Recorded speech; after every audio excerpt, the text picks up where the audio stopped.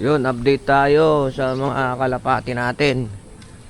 So ayan, ayan, buo pa rin yung ating buo pa rin yung ating loft. Wala namang oh, doon may nabuwal na puno doon. Ayan nililinis nila ngayon. Ayan, yun lang may nabuwal na puno. So ito pa isang loft natin, okay naman.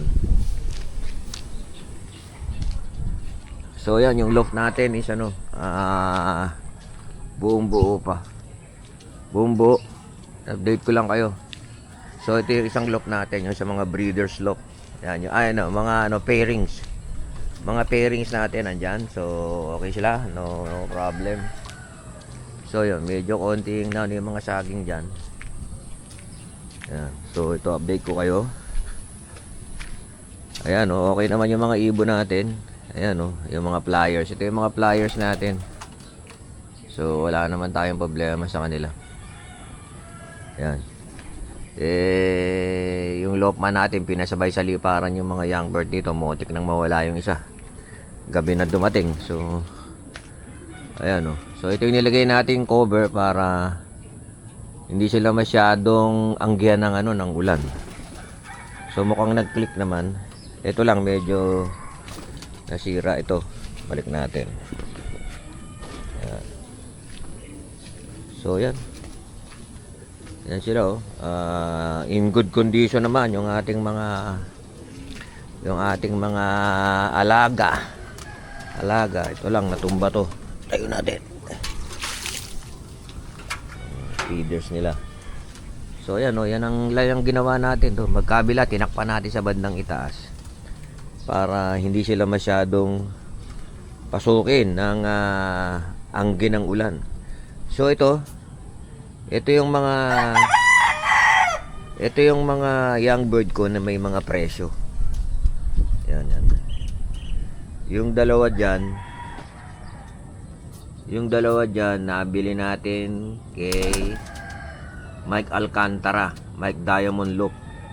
Yung isa naman kay Michael Rasquero Loop.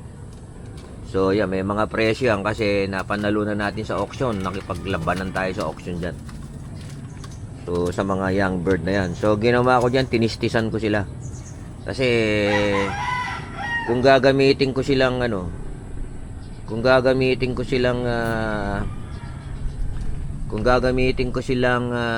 tawag dito, pliers, baka madisgrasya yung pera ko dyan.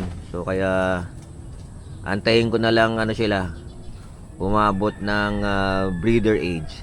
Gamitin ko na lang sila para sigurado yung pera ko. Kasi alam niyo naman, di ba, pagka mag-acquire ka ng magandang bloodline, siyempre may presyo. So kaya kamonti ko nang gamitin. Actually nasa nasa pliers, dito sa pliers loop na yan biniviewing na, pero nagbago isip ko kasi baka mawala pa sila. Sayang ang pera natin. So ito yung mga kak natin. Ayan. Naisasalang natin. So marami pang magagandang kak dyan. Florison, yung Santa Ana Finisher, meron pa diyang tawag dito, yung galing kay Jaime Lim. Tapos meron tayo diyang Embrek na bloodline ng kay Jimmy Gunn, galing kay Euro Artus ng Bulabog Lot. So ito naman yung mga hen natin. So parang ayan yung mga hen natin. Meron pang Embrek doon, merong Jansen to. Yung Jansen tong to, yung pula. Jansen, nakalimutan ko yung niya. Jansen, basta Jansen yung So yun, in-update ko lang kayo mga kalolo. So, nagbunga naman yung ating preparation. Hindi naman tayo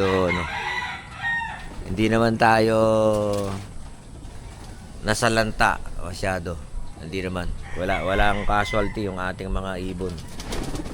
So, yun, maraming salamat. In-update ko lang kayo after nung bagyong uwan. Sana naman po yung ibang mga kalapatis natin hindi rin naingatan din nila yung kanilang mga kalapate. At hindi sila masyadong naapektuhan ng bagyo. Maraming salamat sa panonood. Bye-bye.